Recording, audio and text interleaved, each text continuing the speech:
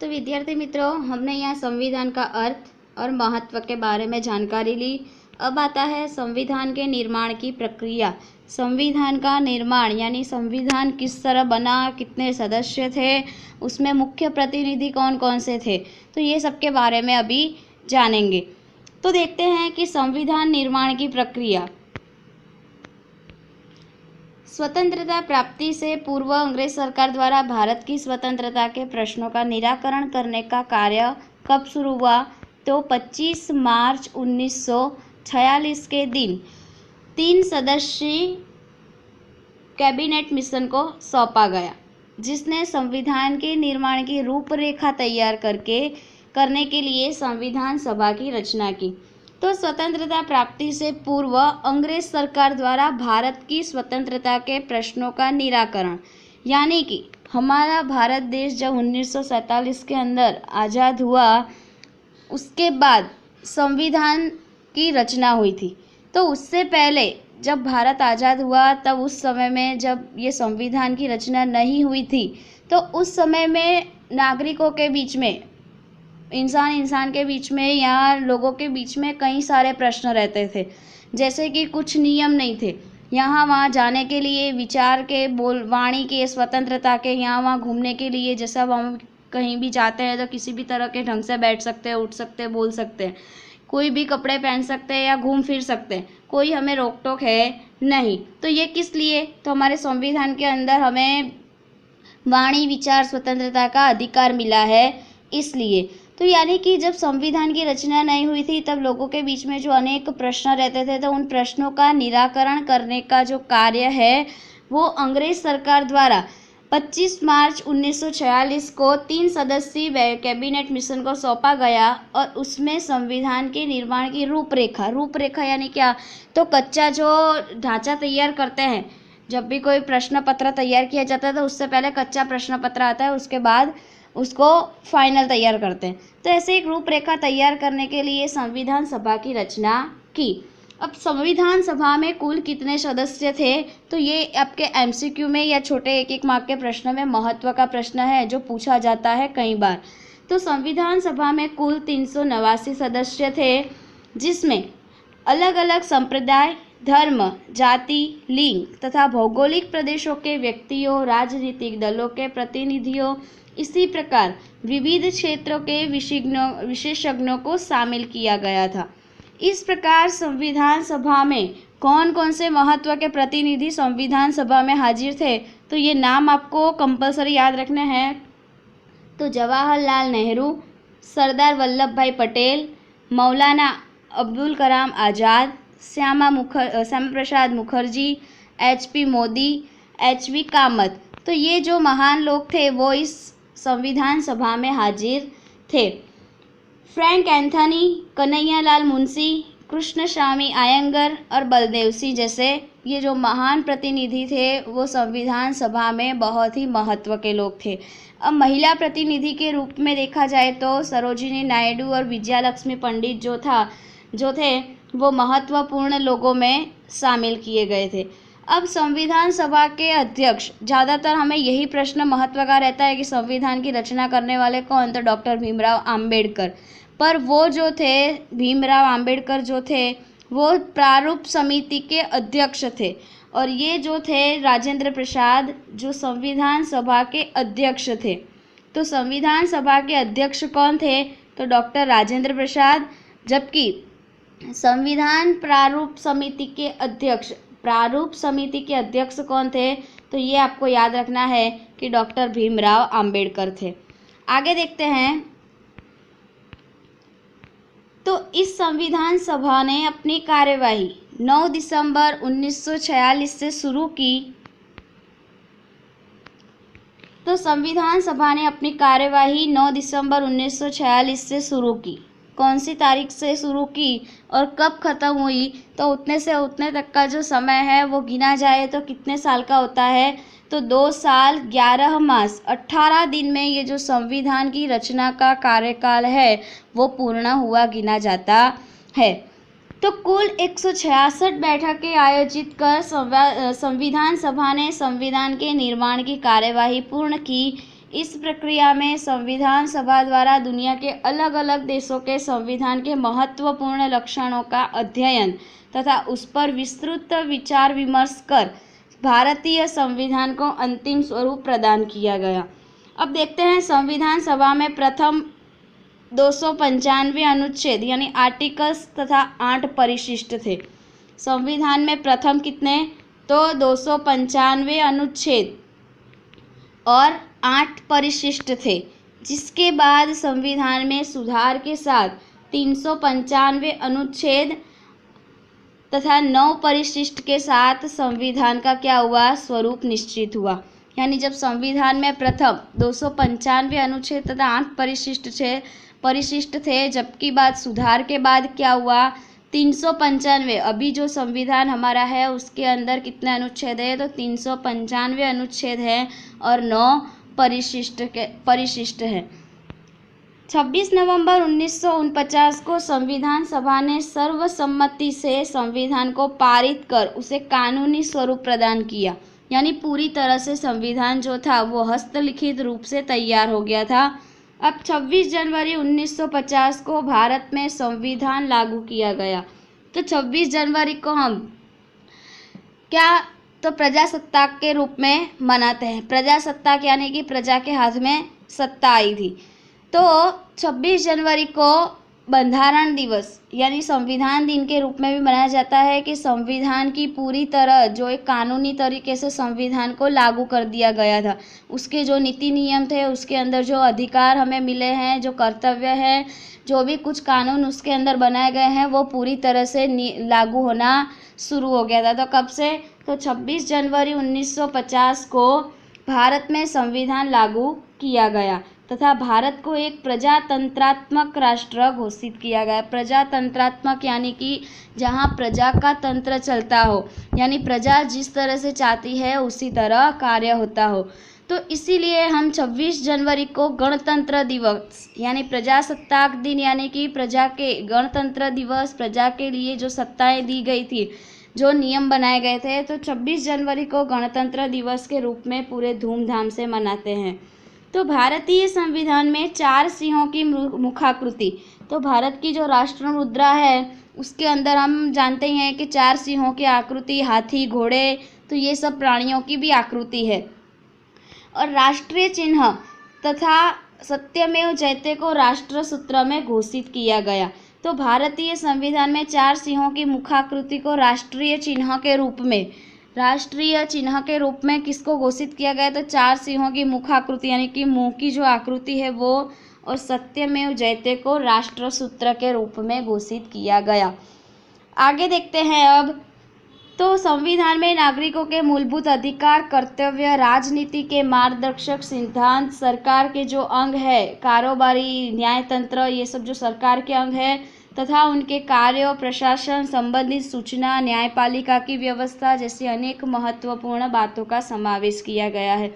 तो इसीलिए ये सब जो नीति नियम है, कानून है, जो अन्याय के खिलाफ न्याय दिलाने का जो नियम बनाया गया है, तो ऐसे जो महत्वपूर्ण बातें जो हमारे संविधान में डाली गई है या तो लिखी गई है, तो इसीलिए हमारे भारत का जो संविधान है वो दुनिया का सबसे बड़ा, ब्यौरेवार और विशाल लिखित दस्तावेज गिना जाता है।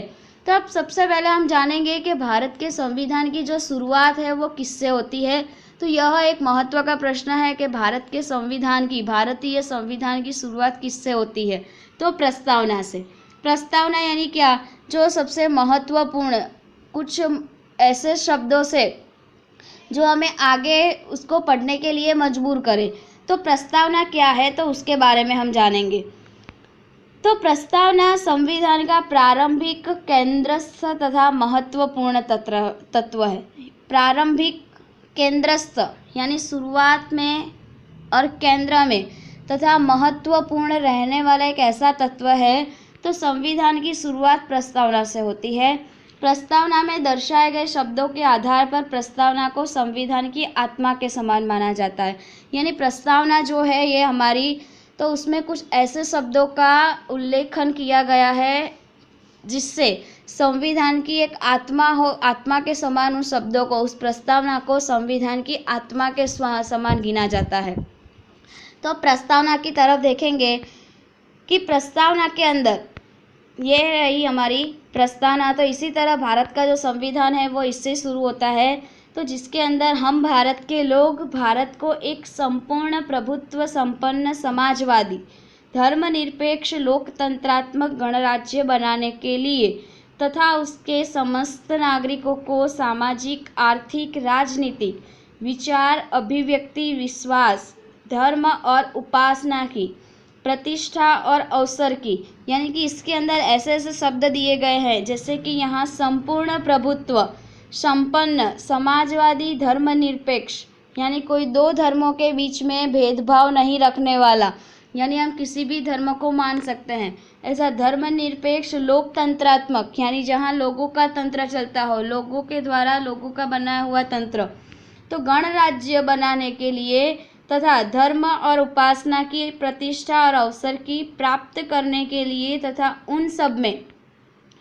व्यक्ति की गरिमा और राष्ट्र की एकता और अखंडता सुनिश्चित करने वाली बंधुत्व बढ़ाने वाली दृढ़ संकल्प होकर अपनी इस संविधान सभा में 26 नवंबर 1949 कब, तो मिति मार्गशीर्ष, ये एक अपना जो बोलते हैं ना कि हिंदू धर्म के अनुसार जो तिथि होती है वो, तो मिति मार्गशीर्ष शुक्ल सप्तमी संवत 2006 विक्रमी को एतद द्वारा इस संविधान को अंगीकृत अधिनियमित और आत्मर्पित करते हैं। तो इसी तरह जो संविधान की शुरुआत है तो इस प्रस्तावना से संविधान की शुरुआत होती है। अब आगे देखते हैं कि 1976 में 42वें संवैधानिक संशोधन के द्वारा प्रस्तावना में कौन कौन से शब्द समाजवादी धर्मनिरपेक्ष शब्दों को जोड़ा गया। उसी प्रकार राष्ट्रीय एकता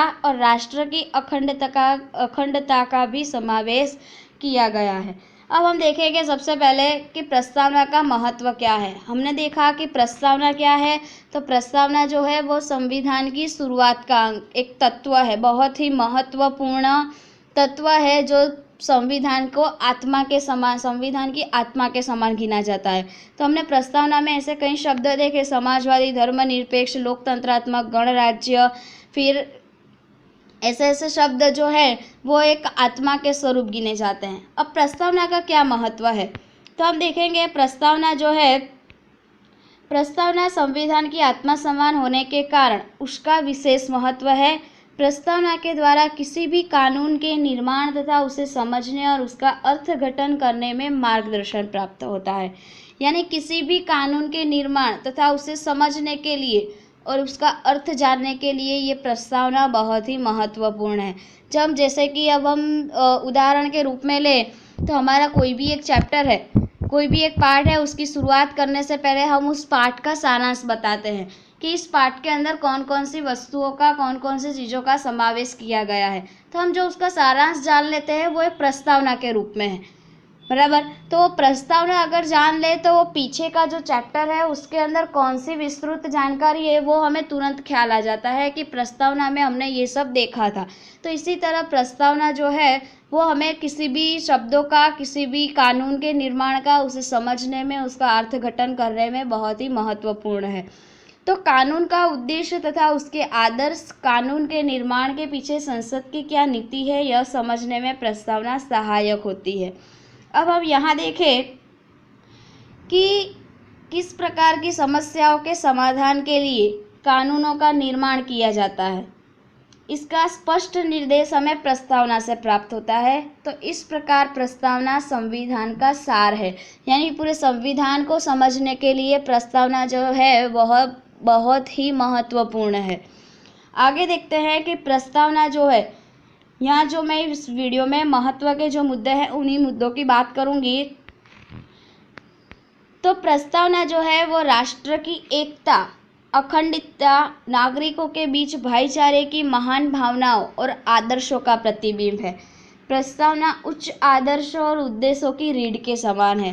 तो प्रस्तावना जो है वो राष्ट्र की एकता, अखंडता, यानी कभी राष्ट्र के अंदर जो नागरिकों के बीच में, जो लोगों के बीच में बंधुत्व की भावना है वो कभी खंडित ना हो, और नागरिकों के बीच में हमेशा हमेशा भाईचारे की महान भावना और आदर्शों का प्रतिबिंब है कि हमारा जो भारत देश है वह कैसा है, बहुत ही अच्छा और भाईचारे की भावना, बंधुत्व की भावना रखने वाला आदर्शों का एक प्रतिबिंब है। तो इसी तरह प्रस्तावना का जो है वो महत्व बहुत ज़्यादा है संविधान के अंदर। अब प्रस्तावना के मुख्य आधार स्तंभ कौन कौन से हैं, यानी प्रस्तावना कौन कौन से आधार स्तंभों पर खड़ी है या बनाई गई है। तो भारतीय संविधान की प्रस्तावना में अब हम देखेंगे प्रस्तावना के मुख्य आधार स्तंभ। तो ये जो है आधार स्तंभ उनके बारे में जानेंगे। तो भारतीय संविधान की प्रस्तावना में व्यक्त किए गए आधारभूत शब्द हम भारत के लोग, सार्वभौम, समाजवाद, धर्मनिरपेक्षता, लोकतंत्र तथा गणतंत्र, बंधुत्व,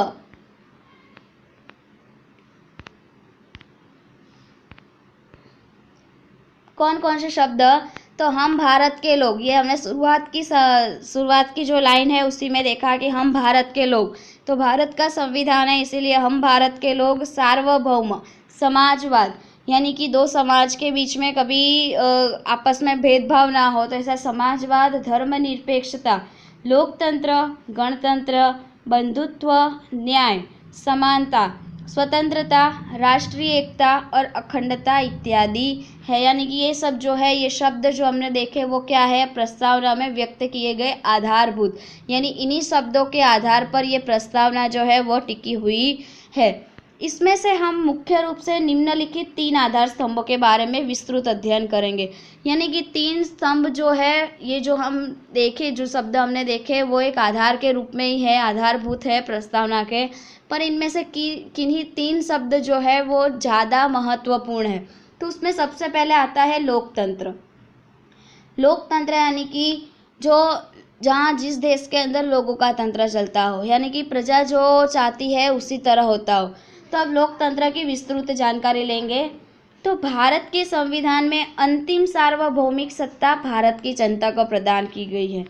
हमारे देश में किसी एक व्यक्ति अथवा समूह का शासन नहीं है, यानी कि कोई एक व्यक्ति कहता है और प्रजा उसी पर चलती है, उस तरह का नहीं है। या तो कोई समूह का शासन नहीं है कि जैसे कि कोई एक टीम है या तो कोई एक समूह है जो कहता है वही हमें करना पड़े, तो ऐसा कोई शासन है नहीं। यहाँ लोकशाही है, बल्कि सत्ता की अंतिम बागडोर जनता के हाथ में होती है, यानी कि जनता जो चाहती है वही देश के अंदर होता है। तो लोकतंत्र शब्द मूल ग्रीक शब्द डेमोस और क्रेटोस। तो लोकतंत्र का सबसे पहले तो अर्थ क्या होता है, डेमोक्रेसी। तो डेमोक्रेसी यहाँ देखते हैं कि डेमोक्रेसी जो है वो लोकतंत्र का पहले तो इंग्लिश वर्ड है, और ग्रीक शब्द डेमोस, यानी कि ग्रीक शब्द के अंदर डेमोस जो है उसका अर्थ होता है लोक, और क्रेटोस यानी कि सत्ता। डेमोस का अर्थ होता है लोक और क्रेटोस यानी कि सत्ता। तो लोक सत्ता यानी कि लोगों की जहाँ सत्ता चलती हो, लोगों का जो लोग बोलते हैं वही चलता हो। तो इसी तरह डेमोक्रेसी यानी मूल ग्रीक शब्द डेमोस और क्रेटोस से उत्पन्न हुआ है राज्य सत्ता स्थापित करने का अधिकार कुछ निरंकुश लोगों के पास।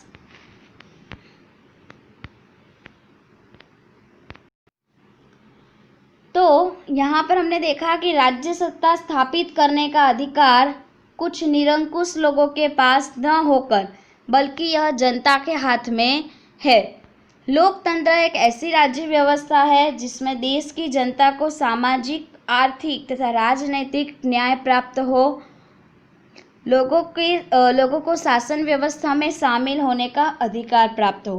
तो लोकतंत्र क्या है, तो जनता को, देश की जो जनता है उसको सामाजिक, आर्थिक और राजनीतिक न्याय प्राप्त हो।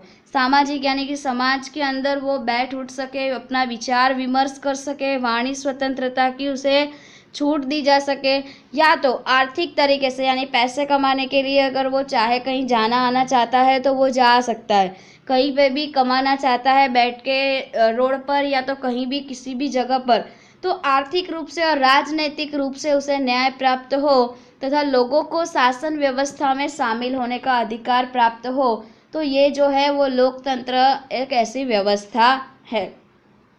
आगे देखते हैं कि भारतीय संविधान में सार्वत्रिक वयस्क मताधिकार सिद्धांत के आधार पर लोगों द्वारा चुने गए प्रतिनिधियों से बनी संसद लोकसभा, यानी कि जैसे कि हम इलेक्शन में देखते हैं कि सार्वत्रिक वयस्क मताधिकार 18 साल के बाद इलेक्शन में तो प्रतिनिधियों से बनी लोगों द्वारा चुने गए प्रतिनिधि, जैसे कि हम जो ये चुनाव आते हैं तब उस टाइम पे कोई एक व्यक्ति खड़ा होता है हर एक एरिया से, हर एक राज्य से, तो उसको चुनने का अधिकार किसको है? तो जनता को। कोई दो पक्ष के नेता खड़े होते हैं, उसमें से किसको चुनना है वो जनता निश्चित करती है कि किसको वोट देना है और किसको लाना है हमारे राज्य के अंदर या हमारे विस्तार के अंदर। तो इसी तरह प्रतिनिधियों से बनी संसद लोकसभा तथा कार्यपालिका जनता के प्रति जवाबदार होती है, यानी कि जनता अगर उसे लाती है तो जनता के जो भी कुछ समस्याएं हैं उनका निराकरण कौन करता है? तो वो जो नेता या तो जो भी प्रतिनिधि चुने गए हैं वो उसकी जनता के प्रति जवाबदारी रहती है। अब आगे देखते हैं कि कार्यपालिका की सत्ताएं असीमित नहीं होती। कार्यपालिका जो होती है वो कैसे होती है? उसकी सत्ताएं सीमित नहीं होती, उसे एक निश्चित समय के लिए शासन की बागडोर सौंपी जाती है और इसी प्रकार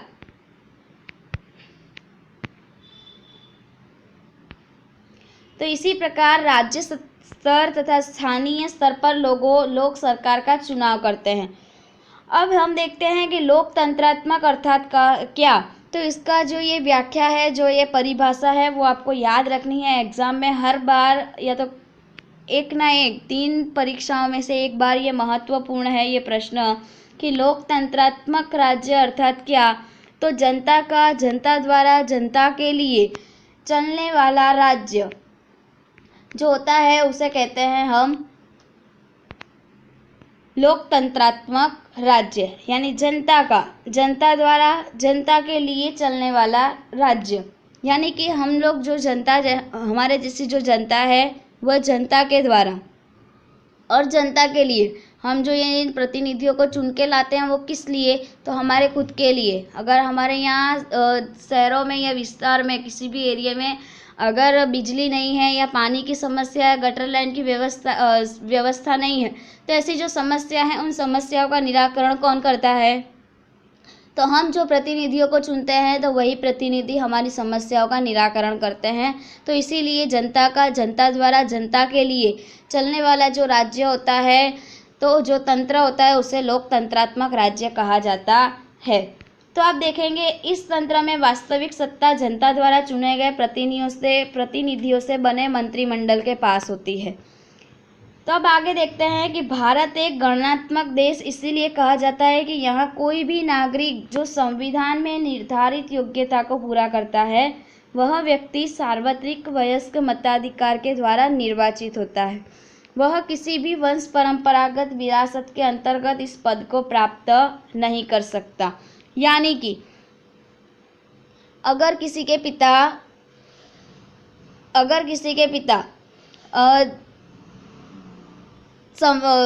बहुत बड़े नेता है जो एक ऊंचे पद पर बैठे हैं, तो क्या उसी का बेटा उसी के पद को ले सकता है? तो नहीं। तो उसके लिए कुछ उम्र जो है वो निर्धारित की हुई रहती है। तो इसीलिए उस उम्र के बाद अगर वो चुनाव में खड़ा होता है और वो चुन के अगर जनता द्वारा आता है तो ही वो पद को ले सकता है। तो इसीलिए यहाँ पे हमने देखा कि वह व्यक्ति सार्वत्रिक वयस्क मताधिकार के द्वारा निर्वाचित होता है। वह किसी वंश परंपरागत यानी कि दादाजी, उसके पिता या तो वो खुद जो वंश परंपरागत चली आ रही परंपरा के अनुसार नहीं होता। तो 5 वर्ष तक वह अपने पद पर रह सकता है और संसदीय सरकार में संयुक्त उत्तरदायित्व के सिद्धांत पर कार्य किए जाने के कारण इसे जवाबदार सरकार भी कहा जाता है। तो इसीलिए उससे उत्तरदायी सरकार भी गिनी जाती है। तो भारत की लोकतंत्रात्मक सरकार स्वतंत्रता, समानता तथा बंधुत्व के विचार को स्वीकार करे तथा इन उद्देश्य को पूरा करने के लिए प्रयत्नशील रहे, ऐसी स्पष्टता संविधान की प्रस्तावना में की गई है। तो अब हम देखेंगे सार्वत्रिक वयस्क मताधिकार अर्थात क्या। तो सार्वत्रिक वयस्क मताधिकार अर्थात किसी भी जाति, धर्म, भाषा, लिंग, शिक्षा, आय तथा जन्म स्थान के भेदभाव के बिना 18 वर्ष, कितने साल, तो 18 वर्ष या उससे अधिक उम्र का कोई भी भारतीय जिसे मत देने का अधिकार है, यद्यपि मतदाता सूची में नागरिक का नामांकन आवश्यक है। तो यहाँ पे हमने क्या देखा कि सार्वत्रिक वयस्क मताधिकार यानी क्या, कि जो किसी भी जगह जाकर अपना मत दे सकता है। जब चुनाव होते हैं तब अपना एक मत जो है वो बहुत कीमती होता है। तो किसी भी जाति, धर्म, भाषा, लिंग, शिक्षा, आय यानी अपनी जो उम्र है अथवा जन्म स्थान के भेदभाव के बिना 18 वर्ष या उससे अधिक उम्र का व्यक्ति कोई भी भारतीय उसे मत देने का अधिकार है, यद्यपि मतदाता सूची में नागरिक का नामांकन आवश्यक है। यानी कि मतदाता सूची जो चुनाव के अंदर जिस स्थान पर जो बैठे होते हैं अपना वोट लेने के लिए, तो उनके पास जो सूची होती है मतदाता सूची, तो उस सूची में आपका नाम होना आवश्यक है और आपकी उम्र जो है वो 18 साल से ऊपर होनी चाहिए, तो तभी आप मत दे सकते हैं। तो इसी तरह हमने लोकतंत्र के बारे में देखा, जहाँ लोगों के द्वारा लोगों के लिए एक तंत्र बनाया गया रहता है। तो इसी तरह दूसरा आधार स्तंभ जो है वो है समाजवाद। तो भारत में 1976 में, अब हम देखेंगे समाजवाद के बारे में।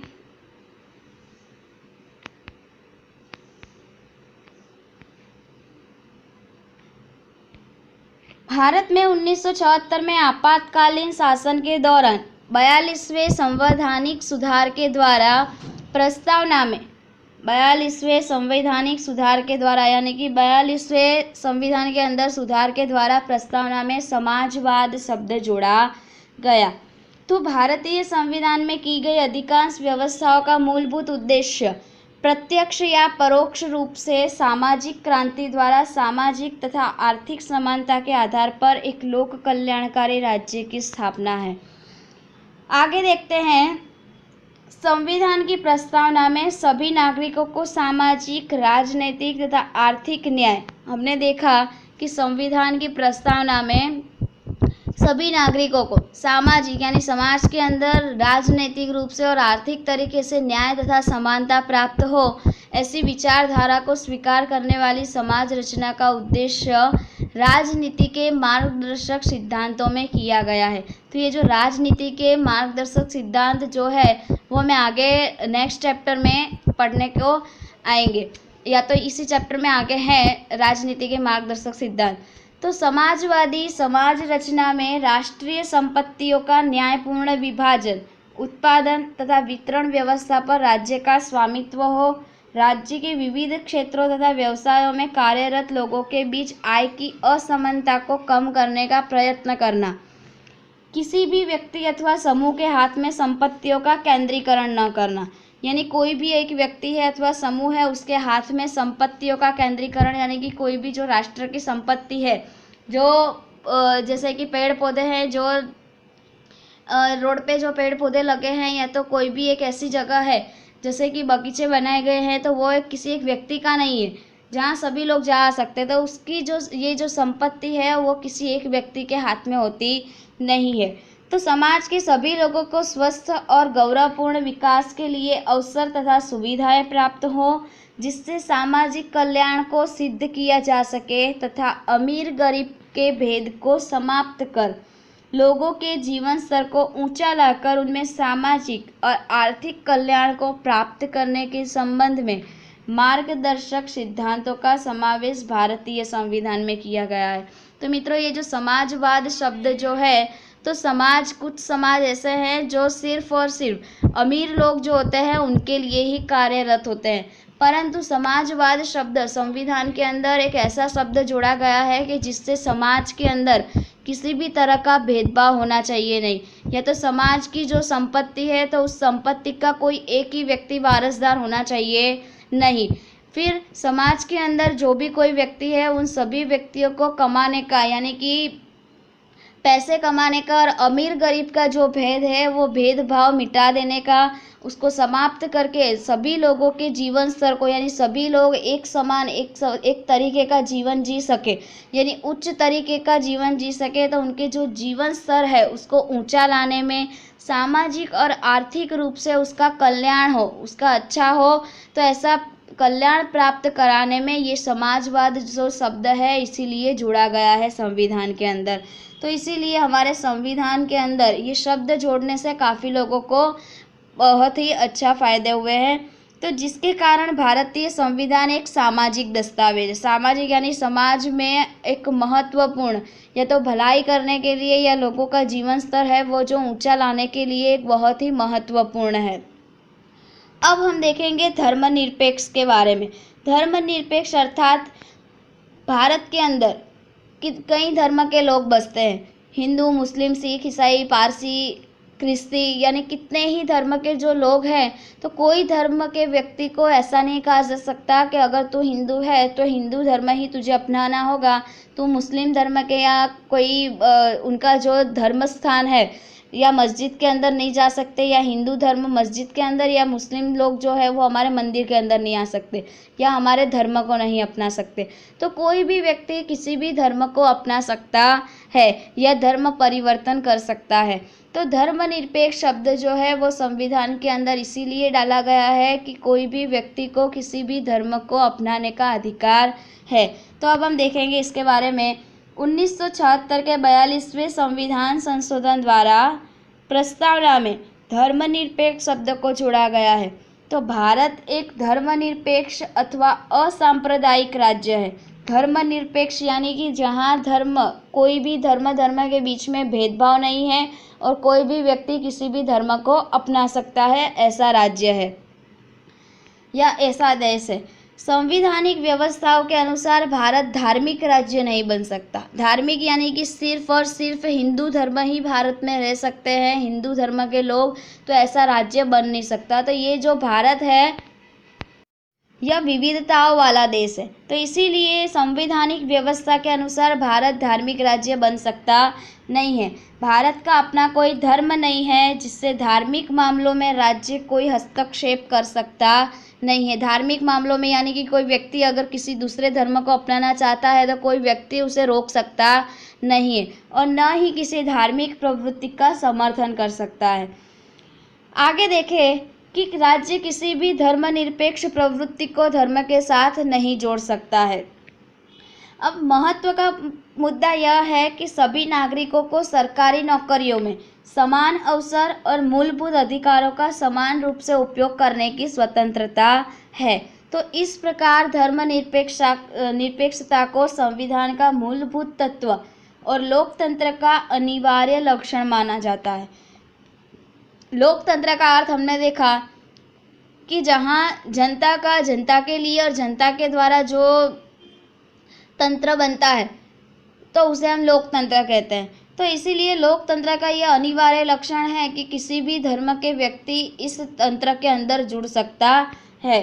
तो सर्वधर्म समदृष्टि और सर्वधर्म समभाव यानी सर्वधर्म समदृष्टि यानी सभी धर्मों को समान दृष्टि से देखना, और सर्वधर्म समभाव यानी कि सभी धर्मों को, सर्वधर्म यानी सभी धर्मों को समान भाव देना। तो एक के सिद्धांत को स्वीकार करने वाले भारतीय संविधान में राज्य द्वारा किसी भी धर्म को प्रोत्साहन नहीं दिए जाने का उल्लेखन किया गया है। तो व्यक्ति की अपनी धार्मिक मान्यता, आस्था तथा श्रद्धा रखने के साथ उसका प्रचार प्रसार करने के नागरिक अधिकार पर राज्य कोई प्रतिबंध या अवरोध लगा सकता नहीं है। तो व्यक्ति की अपनी धार्मिक मान्यता, अगर कोई व्यक्ति अपने धर्म को नहीं मानकर दूसरे धर्म के अंदर विश्वास रखता है तो उसे हम किसी भी तरह से रोक सकते नहीं हैं। तो आस्था या श्रद्धा रखने के साथ उसका प्रचार प्रसार, हिंदू धर्म का व्यक्ति मुस्लिम धर्म का प्रचार प्रसार करता है तो उसे रोकने का राज्य को कोई अधिकार है नहीं। तो इसी तरह यहाँ पर धर्मनिरपेक्ष शब्द जो संविधान के अंदर जोड़ा गया है वो बहुत ही महत्वपूर्ण और लोकतंत्र के लिए एक अनिवार्य लक्षण माना जाता है। तो इसी तरह मित्रों यहाँ पर हमने प्रस्तावना के बारे में देखा। सबसे पहले तो संविधान क्या है, उसकी व्याख्या क्या है, उसका महत्व क्या है, उसके बारे में देखा। प्रस्तावना जो है संविधान का बहुत ही महत्वपूर्ण एक आत्मा के समान तत्व है, जो संविधान की शुरुआत प्रस्तावना से होती है। तो प्रस्तावना के बारे में और संविधान के जो आधारभूत स्तंभ है, तो आधारभूत तीनों स्तंभों के बारे में, जिसमें लोकतंत्र, समाजवाद और धर्मनिरपेक्ष के बारे में हमने विस्तृत जानकारी प्राप्त की। तो इसके बाद अब मैं देखूंगी